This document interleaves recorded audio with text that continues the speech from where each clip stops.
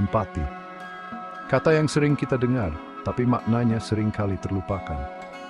Intinya, empati adalah kemampuan untuk menempatkan diri kita di posisi orang lain, untuk benar-benar memahami dan merasakan apa yang mereka rasakan. Ini tentang melihat melampaui sudut pandang kita sendiri dan merangkul emosi orang lain. Bayangkan seorang teman yang sedang mengalami putus cinta. Alih-alih memberi nasihat yang tidak diminta atau mengabaikan rasa sakit mereka, empati memungkinkan kita untuk mendengarkan dengan hati kita. Kita merasakan kesedihan mereka, kemarahan mereka, kebingungan mereka, seolah-olah itu adalah perasaan kita sendiri. Pengalaman emosional bersama ini membantu membangun kepercayaan dan memperkuat hubungan kita. Empati bukan hanya tentang memahami kesedihan atau rasa sakit, ini juga tentang berbagi dalam momen-momen kegembiraan dan kegembiraan. Ketika seorang rekan kerja mencapai tonggak penting, empati memungkinkan kita untuk merayakan kesuksesan mereka dengan tulus. Kita merasakan kebahagiaan mereka, kebanggaan mereka, rasa pencapaian mereka. Di dunia yang seringkali terasa semakin terpecah belah, empati berfungsi sebagai jembatan antara individu, budaya, dan komunitas. Ini mengingatkan kita bahwa kita semua terhubung dan bahwa rasa kemanusiaan kita yang sama jauh lebih besar daripada perbedaan kita. Empati bukanlah konsep satu ukuran untuk semua. Ia bermanifestasi dalam berbagai cara, masing-masing dengan keunikannya sendiri. Memahami berbagai jenis empati ini dapat membantu kita menavigasi kompleksitas interaksi manusia dengan lebih baik. Empati kognitif, seperti namanya, melibatkan pemahaman tentang perspektif orang lain. Ini tentang menempatkan diri kita di posisi mereka secara intelektual dan mencoba melihat dunia melalui mata mereka. Jenis empati ini sangat penting untuk komunikasi yang efektif dan pemecahan masalah. Di sisi lain, empati emosional melampaui sekadar memahami perspektif seseorang. Ini tentang merasakan emosi mereka seolah itu adalah emosi kita sendiri. Rasa keterhubungan yang dalam ini memungkinkan kita untuk menanggapi orang lain dengan belas kasih dan kepekaan. Terakhir, kita memiliki empati yang penuh kasih.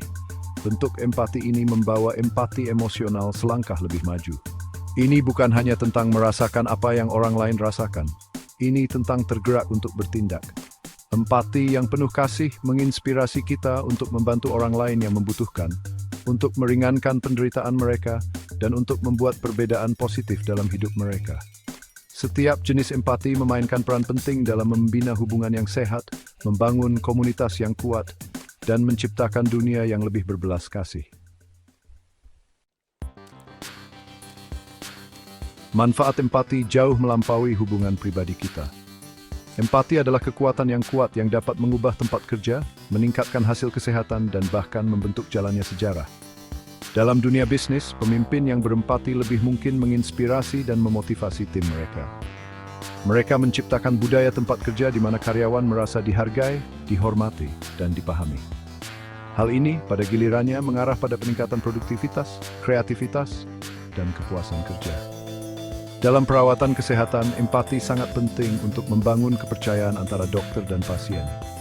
Ketika penyedia layanan kesehatan meluangkan waktu untuk benar-benar mendengarkan pasien mereka dan memahami kekhawatiran mereka, hal itu mengarah pada diagnosis yang lebih akurat, rencana perawatan yang lebih baik, dan hasil pasien yang lebih baik.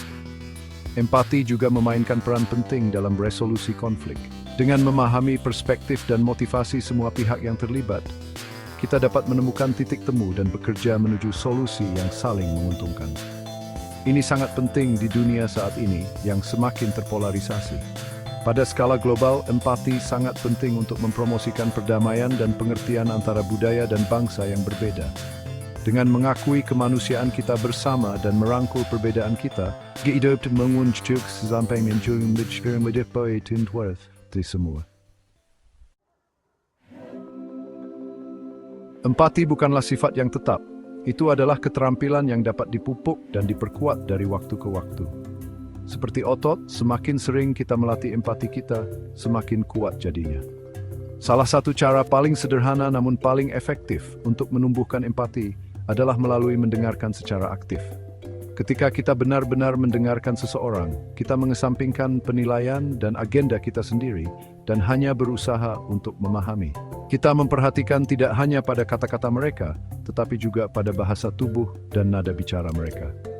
Membaca fiksi sastra juga bisa menjadi alat yang ampuh untuk mengembangkan empati. Dengan melangkah ke posisi karakter fiksi, kita memperluas kapasitas kita untuk memahami dan berhubungan dengan pengalaman yang berbeda dari pengalaman kita sendiri. Melakukan tindakan kebaikan, baik besar maupun kecil, juga dapat membantu memperkuat otot empati kita. Apakah itu menjadi sukarelawan di sebuah lembaga amal lokal, menawarkan bantuan kepada tetangga yang membutuhkan, atau sekadar mengungkapkan rasa terima kasih kepada orang-orang di sekitar kita, setiap tindakan kebaikan membuat perbedaan. Memupuk empati adalah perjalanan yang berkelanjutan, bukan tujuan. Itu membutuhkan usaha sadar, kesabaran, dan kemauan untuk keluar dari zona nyaman kita. Tapi hadiahnya tak terukur. Dengan merangkul empati, idipin lebih tembukir, terdapat hidup yang lebih kaya, lebih bermakna, dan lebih berbelas kasih di dunia.